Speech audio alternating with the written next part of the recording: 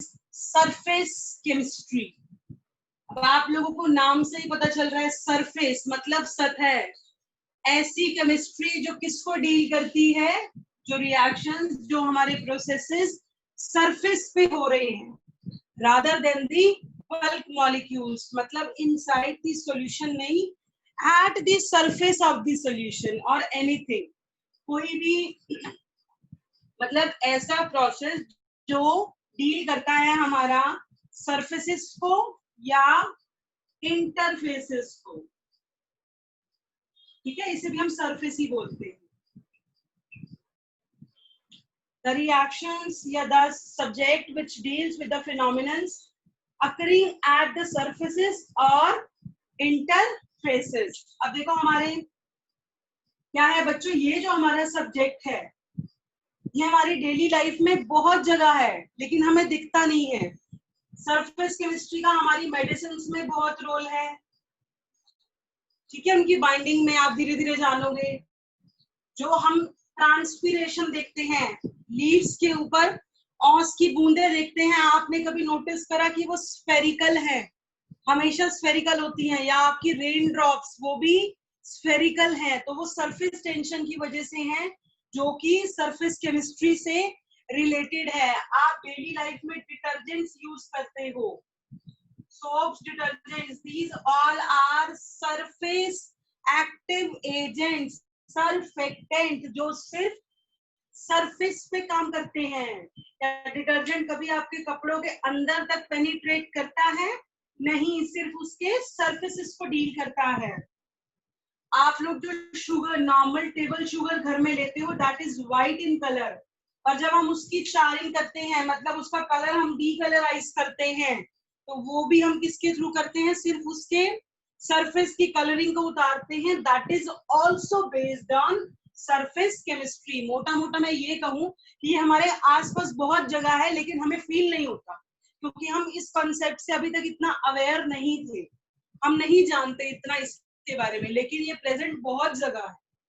तो surface chemistry ऐसा subject है that deals with the phenomena occurring at the surfaces. बच्चों थ्योरेटिकल चैप्टर है, कंपटीशन में बहुत क्वेश्चंस आते हैं, थोड़ा सा आप लोगों को लगेगा कि हम बोर हो रहे हैं, पर अपना इंटरेस्ट एक बार क्रिएट कर लो और ध्यान से समझ लो, फिर आपको कभी इसको ज्यादा वो करने की जरूरत नहीं है। सिंपल सा चैप्टर है बट थोड़ा सा अंडरस्टैंडिंग। इंटरफेस, जैसे मान लो मैंने 3 चीजें ली, एक सॉलिड लिया, एक लिक्विड लिया, एक गैस लिया। मान लो ये मेरे पास सॉलिड है, ये वुडन ब्लॉक है या ये बोर्ड ही है, आपको इसका सरफेस नजर आ रहा है, मतलब इसका वेल डिफाइंड सरफेस होगा। लिक्विड का भी हमारा मान लो एक ग्लास इसमें मैंने पानी ले लिया एक टम्बलर में, तो उसका भी आपको सरफेस नजर आ रहा है। लेकिन जो हमारी गैसेस हैं, due to complete miscibility, gases आपस में मिक्स हो जाती हैं।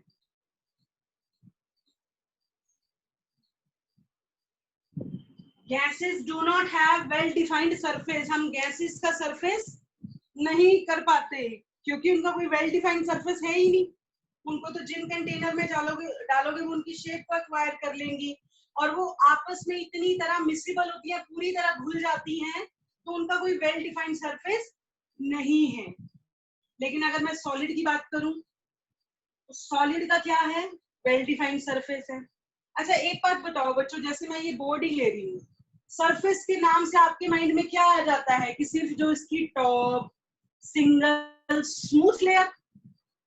नहीं बच्चों, ऐसा जरूरी नहीं है कि वो हमेशा सिंगल स्मूथ लेयर होगा। जैसे मान लो ये डस्टर मैं ले रही हूँ, आप देख सकते हो इसका सरफेस रफ है, रफ, कहीं जगह डिप्रेशन होगा, तो ये जरूरी नहीं है कि हमारा सरफेस सिंगल लेयर हो, कई बार मल्टी लेयर भी होता है, और ये जरूरी नहीं है कि ये हमेशा स्मूथ हो, समटाइम्स ये रफ भी होता है, समटाइम्स स्मूथ भी होता है। लेकिन सॉलिड और लिक्विड के केस में आप सरफेसेस को बता सकते हो, और गैस के केस में हम इंटरफेस या सरफेस को नहीं बता पाते क्योंकि गैसेस आपस में मिक्स हो जाती है। अब मान लो सॉलिड को आपने लिक्विड के ऊपर एब्जॉर्ब कराया, तो हम इनको हाइफन से डिनोट करेंगे। मतलब किसी भी सरफेस को हम दो फेसेस को हम हाइफन से डिनोट करते हैं, ठीक है। ये हमें क्या रिप्रेजेंट कर रहा है, surface. So surface chemistry that deals with the phenomenon occurring at the surfaces, ठीक है।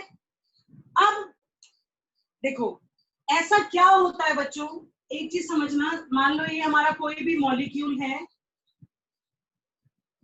अब सरफेस के हिसाब से हम दो तरीके के मॉलिक्यूल की बात करेंगे। एक तो हमारे मॉलिक्यूल जो सिर्फ सरफेस पे प्रेजेंट है, दूसरे हमारे मॉलिक्यूल जो अंदर प्रेजेंट है, जो बल्क मॉलिक्यूल होते हैं।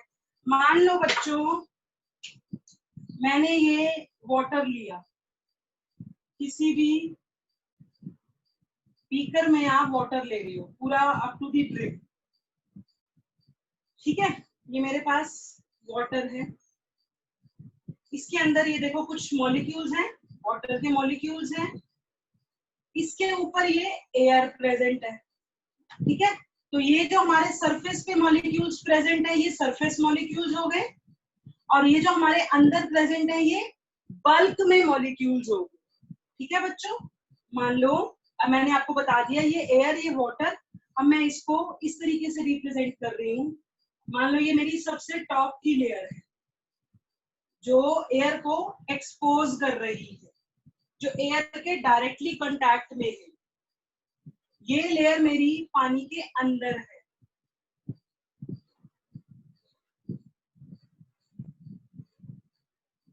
ठीक है। ये मैं वाटर मॉलिक्यूल्स बना रही हूँ। क्या होता है बच्चों, सरफेस के मॉलिक्यूल्स क्यों बल्क अंदर वाले मॉलिक्यूल से कैसे डिफरेंट होते हैं और सरफेस केमिस्ट्री क्यों होती है। देखो मान लो ये अंदर वाला मॉलिक्यूल है बच्चों, इसको ये मॉलिक्यूल खींच रहा है, इसको ये मॉलिक्यूल खींच रहा है, ये खींच रहा है, ये खींच रहा है, ये इन शॉर्ट इस मॉलिक्यूल पे सब डायरेक्शन में इक्वली इसको पुल कर रहे हैं, तो इस पे नेट फोर्स क्या हो जाएगा, जीरो, क्योंकि सिमेट्री की वजह से सभी पानी के मॉलिक्यूल्स हैं, तो इसके ऊपर कोई भी फोर्स नहीं लग रहा।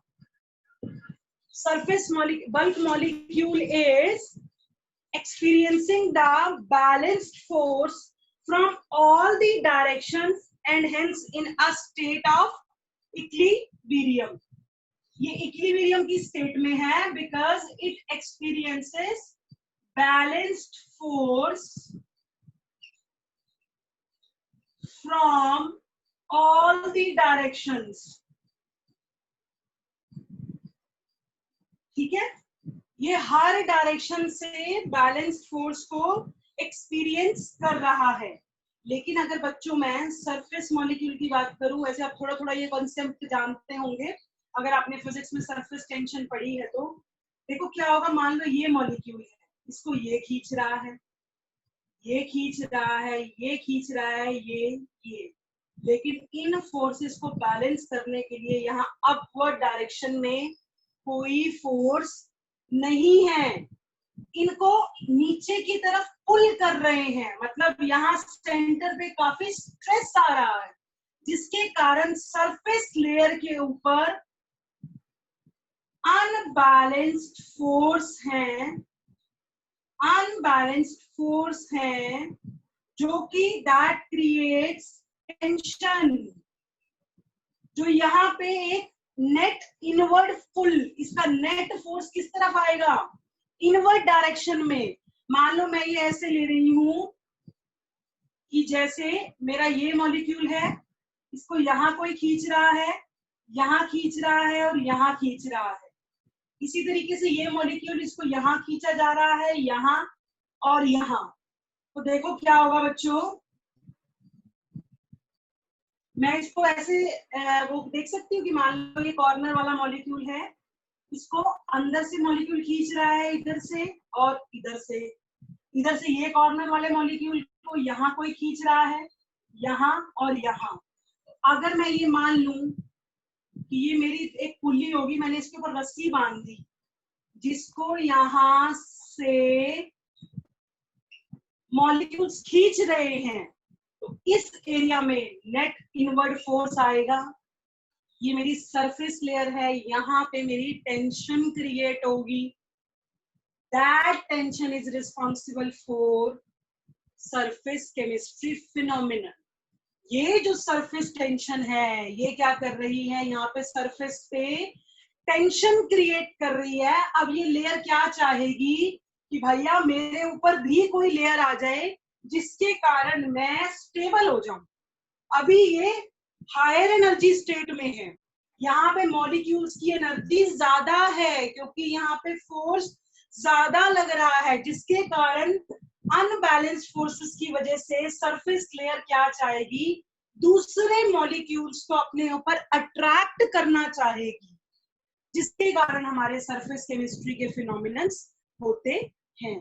तो जो हमारे मॉलिक्यूल्स होते हैं बच्चों, वो दो तरीके से बिहेव करते हैं। एक सरफेस मॉलिक्यूल्स हो गए और एक मॉलिक्यूल्स जो बल्क में प्रेजेंट है इनसाइड दी मॉलिक्यूल। ठीक है, तो inside the molecule equilibrium state में होते हैं और बाहर वाले थोड़े टेंशन में होते हैं, जिसके कारण वो और मॉलिक्यूल्स को अट्रैक्ट करते हैं। इसी अट्रैक्शन को हम बोलते हैं एडसॉर्प्शन। बच्चों ध्यान रखना, मैंने यहाँ बी लिखा है, don't get confused with this word absorption. ये डिफरेंट वर्ड है, अभी इसके बारे में बताती हूँ, पहले ये समझो। सिर्फ सिंगल वर्ड का फर्क है। एडसॉर्प्शन, एड वाला, the accumulation of molecules, the accumulation of molecules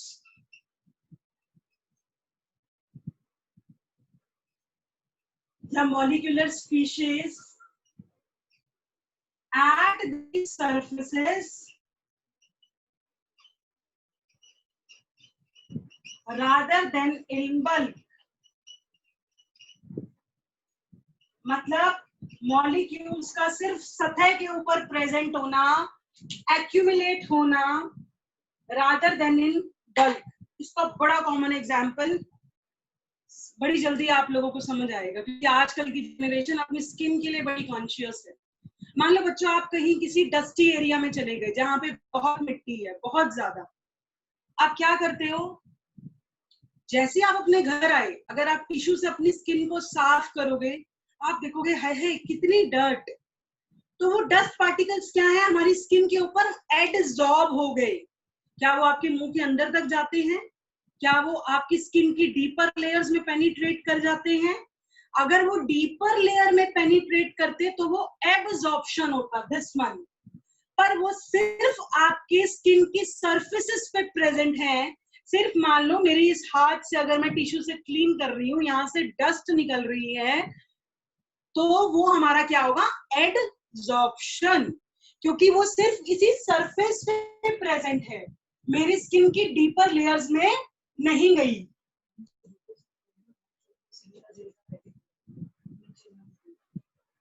side में, लेफ्ट साइड पे, ठीक है। तो वो हमारा क्या होगा, एडसॉर्प्शन। आई बात समझ में? एडसॉर्प्शन सिर्फ हमारा सरफेस लेयर पे होता है। और अभी मैंने आपको बताया what is the cause of adsorption बच्चों, क्योंकि जो हमारे सरफेस मॉलिक्यूल्स हैं वो डिफरेंट फोर्स एक्सपीरियंस कर रहे हैं, जिसके कारण जो सरफेस लेयर होगी, मान लो ये मेरी सरफेस लेयर है, ये आपकी मान लो स्किन की लेयर है, ये क्या चाहेगी, इसके ऊपर डस्ट पार्टिकल्स आ जाए ताकि ये तो नीचे आ जाए, इनका फोर्स बैलेंस हो जाए, और अगले वाला चाहे अनबैलेंस्ड रहे, कोई दिक्कत नहीं। इसी कारण ये क्या करते हैं, attraction. So I will, if I will ask what is the cause of adsorption, आप क्या कहोगे, the surface has higher energy. Surface की एनर्जी हायर होती है, जिसके कारण वो क्या करता है, मॉलिक्यूल्स को अट्रैक्ट करता है, जिसके कारण वो मॉलिक्यूल्स को क्या करता है, अट्रैक्ट करता है। तो वो हमारा क्या हो गया, एडसॉर्प्शन। फॉर एग्जाम्पल, और एग्जाम्पल देख लो, dust particles adsorb on your skin। dust particles adsorb on skin. जितनी भी हमारी हार्मफुल गैसेस होती हैं, बच्चों आपने गैस मास्क देखे होंगे, गैस मास्क के अंदर चारकोल प्रेजेंट होता है, वो भी एक अच्छा एडसॉर्बेंट है। वो क्या करता है, हार्मफुल गैसेस को अपने अंदर एडसॉर्ब कर लेता है ताकि आपकी बॉडी के अंदर वो ना जाए, उसके फिल्टर के अंदर प्रेजेंट होती है हार्मफुल गैसेस एडसॉर्ब ऑन फिल्टर। बिल्कुल साइड में छोटा सा सिलिका जेल का, लेफ्ट हैंड साइड में सबसे नीचे गैसेस एडसॉर्ब ऑन चारकोल। अच्छा, आप लोगों ने बच्चों कभी बैग्स वगैरह, लेदर बैग या लेदर शूज खरीदे होंगे, तो उनमें छोटे छोटे आपको सिलिका जेल के पाउच मिलते हैं। वो सिलिका जेल के पाउच क्या होते हैं, वो भी हमारे गुड एडसॉर्बेंट हैं। वो मतलब जैसे अगर आपका लेदर वगैरह कुछ गीला हो जाए तो उससे जो स्मेल जनरेट होती है उसको एडसॉर्ब कर लेते हैं अपने अंदर, हार्मफुल गैसेस को, या इसको एडसॉर्ब करते हैं। ये मैं आपको दिखा देती हूँ, जैसे ऐसा सा पाउच, ये सिलिका जेल, या आपने अपने बैग्स या लेदर पैकेट्स, लेदर के शूज वगैरह में देखा होगा। ठीक है, इसके अंदर ऐसे छोटे छोटे पार्टिकल्स होते हैं, वो क्या करते हैं आपके इसको हार्मफुल गैसेस वगैरह को या जो स्मेल को एब्जॉर्ब करती है। ऐसे कुछ क्ले वगैरह, कोलॉइड्स, ये सब भी हमारे क्या हैं, एब्जॉर्बेंट। अब एब्जॉर्प्शन क्लियर, जो सरफेस मॉलिक्यूल्स को एक्यूमुलेट करता है सरफेस पे। अब हमारा कंपोनेंट्स ऑफ एडसॉर्प्शन,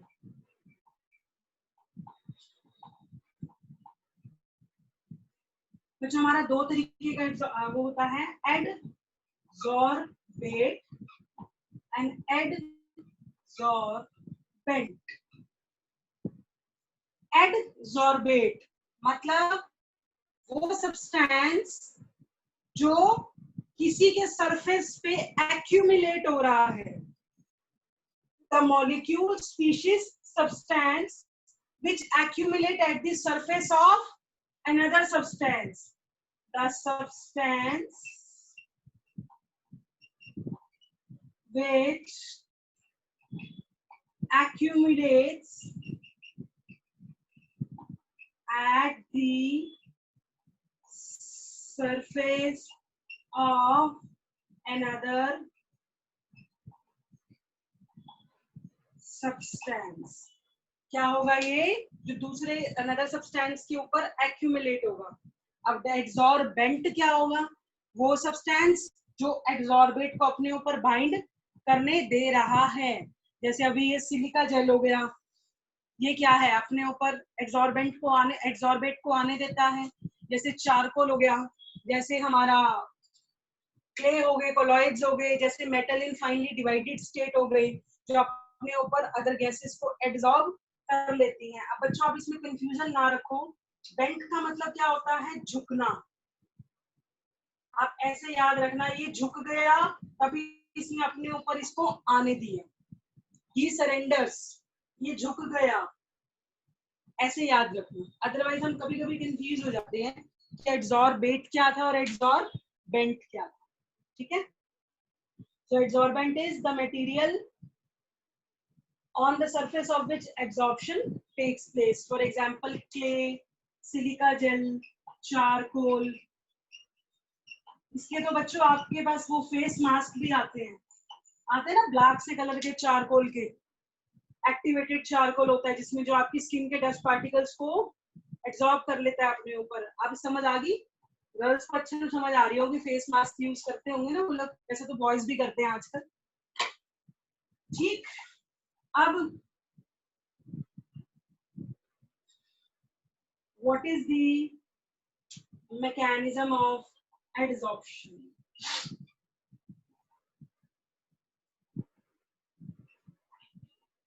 और thermodynamics of adsorption. एडसॉर्प्शन की थर्मोडायनेमिक्स क्या है बच्चों, एक बात समझो, adsorption arises due to the fact that the surface particles of the adsorbent are not in the same environment as that the particles inside the bulk. मैंने अभी आपको बताया कि मान लो ये मेरा कोई एडसॉर्बेंट है, इसके सरफेस, इसके मॉलिक्यूल्स का एनवायरनमेंट, जो मॉलिक्यूल्स अंदर प्रेजेंट है उससे टोटली डिफरेंट होता है, जिसके कारण इसके ऊपर क्या है, एक रिजल्टेंट फोर्स लग रहा है। वो रिजल्टेंट फोर्स क्या करेगा, और मॉलिक्यूल्स को अट्रैक्ट करने की कोशिश करेगा, जिसके कारण क्या होगा, ये अपने ऊपर दूसरे मॉलिक्यूल्स को अट्रैक्ट करेगा। तो जितना सरफेस एरिया प्रेजेंट हुआ per unit mass of the adsorbent at a particular temperature and pressure, more is the process of adsorption. जितना surface area ज्यादा हुआ at a particular temperature and pressure, more is the process of adsorption. Adsorption उतना ही ज्यादा होगा। तो एक factor तो होगा आपका, मतलब इनका एनवायरमेंट डिफरेंट होता है, the molecules present at the surfaces or the molecules present in the bulk. Another important factor is the heat of adsorption. बच्चों ये क्वेश्चन कई बार पूछा गया है। एडसॉर्प्शन के टाइम पे देखो क्या होता है, जब एडसॉर्प्शन का प्रोसेस हुआ, पहले सरफेस एनर्जी ज्यादा थी, सरफेस मॉलिक्यूल्स की एनर्जी ज्यादा थी, एडसॉर्बेंट का जो सरफेस है उनकी एनर्जी ज्यादा है, अभी इनके ऊपर एडसॉर्प्शन नहीं हुआ। ये क्या करेंगे, मॉलिक्यूल्स को अपने ऊपर अट्रैक्ट करेंगे, जिनके कारण इनकी सरफेस एनर्जी कम हो जाएगी, और वो एनर्जी हमारी हीट की फॉर्म में बाहर आएगी। हीट की फॉर्म में वो एनर्जी क्या होगी, बाहर आएगी। So this question is asked so many times, why adsorption is always exothermic? क्योंकि इनकी क्या है, सरफेस एनर्जी ज्यादा होती है, during the process of adsorption heat is released out. अब वो स्टार्टिंग में हीट ज्यादा निकलती है, क्योंकि देखो बच्चों क्या हुआ, पहले ये एक लेयर, इसके पास अट्रैक्ट करने के लिए एरिया बहुत ज्यादा था। मान लो ये मेरी स्किन के सेल्स हैं किसी के भी, इसने डस्ट को एक्यूमुलेट कर लिया, अब यहाँ पे डस्ट की लेयर आ गई, अब शायद एरिया उतना ना रहे, फिर ये और लेयर को एक्यूमुलेट करेंगे, क्या पता ये इतने अच्छे एडसॉर्बेंट ना हो। तो एडसॉर्प्शन क्या है, शुरू में तो फास्ट होता है, but with the passage of time ये क्या हो जाता है, स्लो हो जाता है, और एक टाइम के बाद बिल्कुल जीरो हो जाता है। So delta G is delta H minus T delta S, ये आपने पढ़ा हुआ है थर्मोडायनामिक्स में। Delta G is gives free energy, delta H is enthalpy, T is temperature and S is entropy. बच्चों शुरू में क्या है, मान लो इस सरफेस के ऊपर कोई मॉलिक्यूल्स आके जुड़े, तो उनकी रैंडमनेस कम होगी, तो इस केस में एंट्रोपी क्या होगी, नेगेटिव। और मैंने बोला आपको कि धीरे धीरे डेल्टा एच भी क्या हो रहा है, नेगेटिव हो रहा है ना, because it is always exothermic. So for a process to be spontaneous, delta G should be negative. अगर तो देखो ये नेगेटिव नेगेटिव पॉजिटिव हो गया, जब तक तो ये फैक्टर इससे ज्यादा है तब तक तो ये रिएक्शन स्पॉन्टेनियस होगी, लेकिन धीरे धीरे धीरे हमारा डेल्टा एच भी लेस नेगेटिव होगा, और एक स्टेट पे डेल्टा एच और ये बिल्कुल बराबर आ जाएंगे, delta H becomes equal to T delta S. उस स्टेट में हमारा क्या हो जाएगा, delta G will be in the state of equilibrium, हमारा एडसॉर्प्शन प्रोसेस इक्विलिब्रियम में आ जाएगा। This is the mechanism of adsorption and also the thermodynamics of adsorption. अब बच्चों बात करते हैं एब्जॉर्प्शन की। देखो जब भी मैं आपको ना इसको डिफरेंस से ही समझा देती हूँ, एडसॉर्प्शन एंड एब्जॉर्प्शन। ध्यान रखना, एडसॉर्प्शन हमेशा हमारा क्या है, जो सरफेसेस पे हो रहा है, और ये हमारा बल्क में हो रहा है। It is a bulk process and it is a surface phenomenon. बच्चों ये यूनिफॉर्म रेट पे चलता है, ऐसा नहीं है कि स्टार्टिंग में तेज होगा बाद में धीरे, ये फास्ट इन द बिगिनिंग,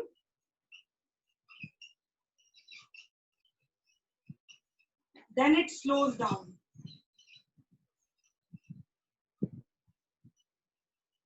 ठीक है, समझ आ गई? ये बल्क प्रोसेस है, ये फास्ट, ये involves high concentration of liquid और गैस एट दी सरफेस। मतलब जितना ज्यादा एक्सपोज्ड एरिया होगा उतना ये ज्यादा होगा। इसके केस में ऐसा नहीं है, ये सब जगह सेम, मतलब ये नहीं चाहेगा कि मेरे अंदर मॉलिक्यूल्स का कॉन्सेंट्रेशन ज्यादा हो बाहर कम हो, ऐसा कुछ नहीं। अब मैं आपको बड़ा कॉमन एग्जांपल बताती हूँ जिससे आपको और अच्छे से समझ आ जाएगा। देखो, वाटर वेपर्स, मॉइस्चर होता है ना, are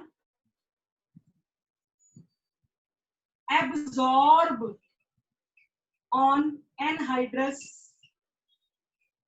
calcium chloride and same water vapors are absorbed on silica gel। मतलब सिलिका जेल पे तो मॉइस्चर सिर्फ एडजॉर्ब होगा, लेकिन water vapour anhydrous calcium chloride में एब्जॉर्ब हो जाएगा। एक बड़ा कॉमन एग्जांपल मैं आपको देती हूँ, ज्यादा अच्छे से समझ आ जाएगा। आप ये चाहे करके देखना। बच्चों, आप चौक लो, नॉर्मल चौक होता है ना, व्हाइट चौक। आप क्या करो, इस प्रोसेस में ना मैं आपको टर्म समझाने वाली हूँ, जॉर्प्शन। जॉर्प्शन क्या है? When adsorption and absorption both occurs simultaneously। दोनों इकट्ठे हो रहे हों। जैसे प्लीज आप आज करके देखना। आप एक चौक लो, मैंने चौक के ऊपर चौक को ब्लू इंक में डिप किया, मैंने बड़ा चौक लिया पर मैंने सिर्फ हाफ चौक ही डिप किया, डिप करा और निकाल दिया। तो बच्चों आप देखोगे जो हमारा चौक का जितना एरिया आपने इंक के अंदर डिप किया वो क्या हो जाएगा? ब्लू। लेकिन अगर मैं चौक को तोड़ूं तो क्या उसके अंदर तक भी वो ब्लू कलर जाएगा? नहीं, लेकिन वो हमारा चौक क्या अंदर से गीला हो जाएगा? हाँ।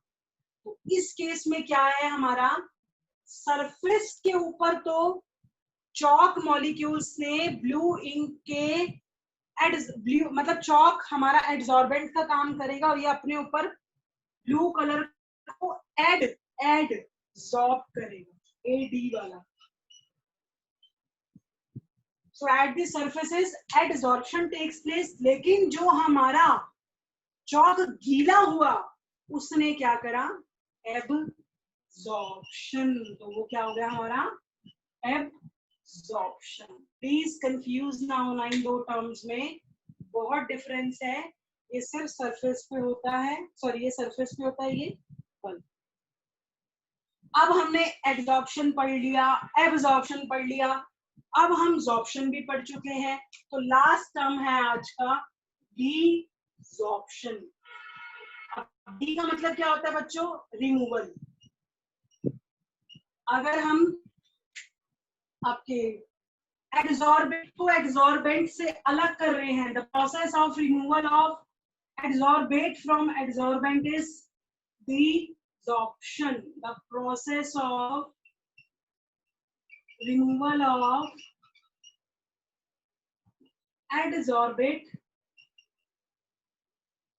from adsorbent is desorption। जैसे आपकी स्किन पर डस्ट लग गई, आपने टिश्यू से साफ किया, आपने एड्सॉर्बेंट को अलग कर दिया, सो इट इज डिसॉर्प्शन। ठीक है, ये था हमारा आज का टॉपिक। मैं वैसे एड्सॉर्प्शन के कुछ और एग्जांपल्स दे देती हूँ।